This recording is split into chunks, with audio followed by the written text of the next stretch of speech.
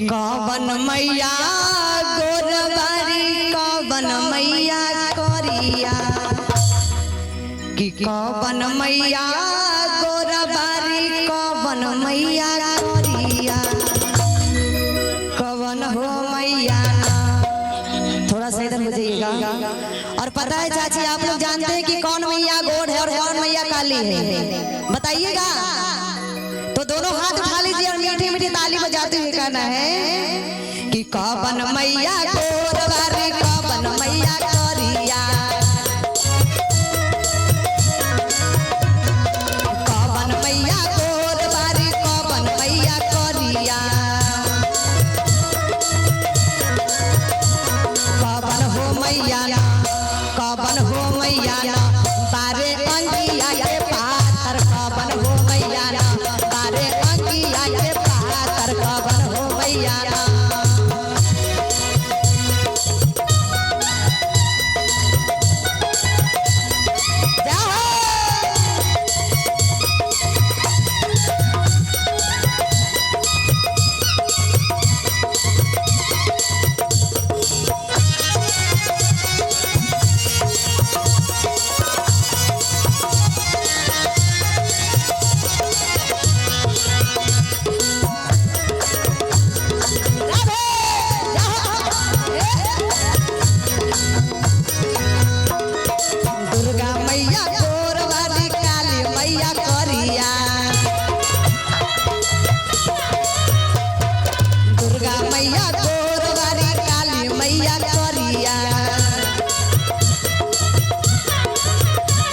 शीतल हो मैया ना शीतल हो मैया ना बारे अंगिया के पातर शीतल हो मैया ना बारे अंगिया के पातर शीतल हो मैया ना।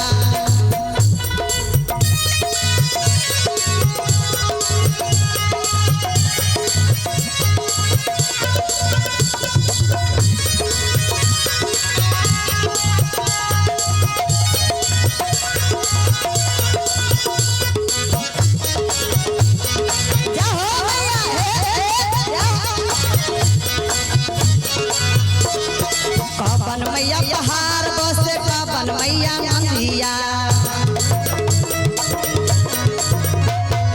कवन मैया पहाड़ बसे कवन मैया मंदिरवा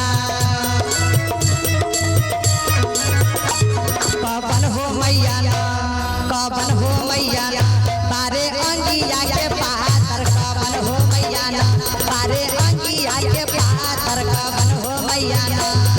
कवन मैया गोरबारी कवन मैया करिया कवन मैया गोरबारी कवन मैया करिया कवन हो मैया ना कवन हो मैया ना।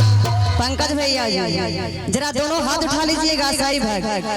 माँ से प्यार करते हैं तो दोनों हाथ उठा के और जयकारा लगाइएगा दरबार में प्रेम से वाली मैया की साची दरबार की और ताली बजाते झूमते कहना है क्या शीतल हो मैया ना शीतल हो मैया ना बारे अंगिया के पातर शीतल हो मैया ना बारे अंगिया के पातर शीतल हो मैया ना बारे अंगिया के पातर शीतल हो मैया ना बारे अंगिया के पातर शीतल हो मैया ना बारे अंगिया के पातर शीतल हो मैया ना बारे अंगिया के पातर शीतल हो मैया ना बारे अंगिया के पातर शीतल हो मैया ना।